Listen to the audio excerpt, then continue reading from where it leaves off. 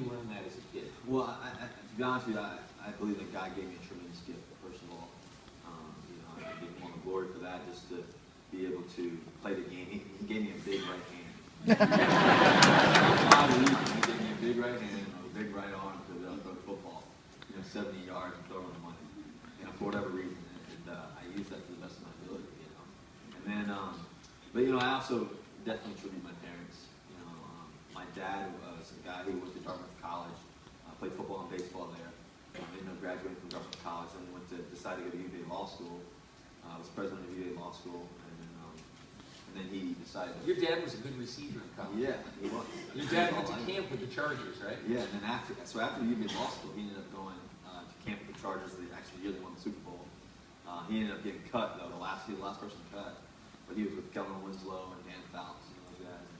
And so that was when my dad was 29 years old or something like that. So, but education was so important in my family. My mom went to UVA undergrad. That's where my mom and my dad met. My dad passed away almost 4 years ago. So, but just I had parents that always were there for me in the right way. They always told me when I was wrong. First of all, which when I was growing up, I was always wrong. But they always pushed me in terms of my education, making sure that I did everything that I could. They were selfless. They did everything they could for me. And they just always encouraged me to do my best. And had a brother too, an older brother, so that always helped. And I used to play against him, and I just learned how to blues a lot. Just being around my parents and my family, I had a really close family, and education was so important in my life in terms of that. And then, my dad used to wake me up every morning. Every morning, my dad used to wake me up at 5:30. From probably when I was about 7, 9 years old, somewhere around there, all the way up to about 15. What would you do? And he'd hit me ground balls and play shortstop. And I was a really, really good baseball player growing up. Like I said, the guy gave me a big right hand, so I could throw the football extremely well. I'd throw out routes to my dad, and throw post routes to my brother, really young. And that's how I kind of learned how to play the game of football, and just watching them, observing them.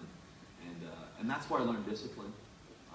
That's where I learned how to get up earlier than everybody else.